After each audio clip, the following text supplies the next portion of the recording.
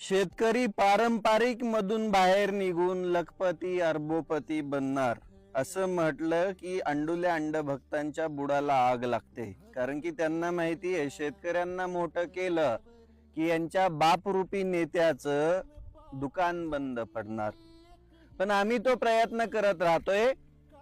8 महिन्याची बाग आहे ही. 8 महिने झालं हिला लागवड केल्यानंतर. याच्या आधी पण याच्यामध्ये पेरूच होता. 3 वर्ष पेरू घेतल्यानंतर ती बाग काढली आणि त्याच्यानंतर परत एकदा लागवड केल्यानंतर हा प्लॉट बघा तुम्ही, दिसतोय कसा डेव्हलप झालाय. मग आता याची छाटणी घेतलीये तर तुम्हाला एकदा जवळ आणून दाखवतो याला नेमक्या कळ्या किती लागलायत. आता कालचं टेम्परेचर आहे 39 डिग्री अंश सेल्सिअस, 39 वरती तापमान आहे. आणि या पद्धतीमध्ये झाडांना कळ्या लागल्यात. झाडाची डेव्हलपमेंट अशी आहे.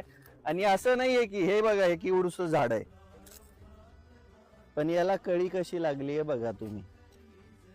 आता मेहनत घेतल्यानंतर शेतामध्ये पैसा भेटतो. शेतामध्ये बांधावरती उभा राहून पैसा भेटत नाही.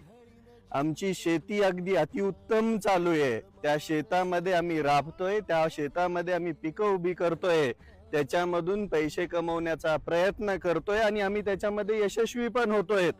आमच्या सोबत काम करणारे शेतकरी पण खुश आहेत. पण व्यवस्थेला पण विचारावाच लागेल प्रश्न, कारण की आज पारंपरिक पिकं घेणाऱ्या शेतकऱ्यांची परिस्थिती काय आहे तुम्हाला माहिती आहे. आम्ही अशी डेव्हलपमेंट करत राहणार, या पद्धतीमध्ये पिकं उभी करत राहणार. आता बघा तुम्ही काय सुंदर आलंय हो. अजून काय पाहिजे, याच्यापेक्षा भारी काय डेव्हलपमेंट असू शकते. हे अजून 2-3 महिन्यानंतर तर याच्यातून चलायला यायचं नाही अशी बाग बनणार आहे. आणि अशाच बागा आम्ही बनवतो. तुम्हाला बनवायची असेल तर आमच्या खालच्या नंबरवरती संपर्क करा.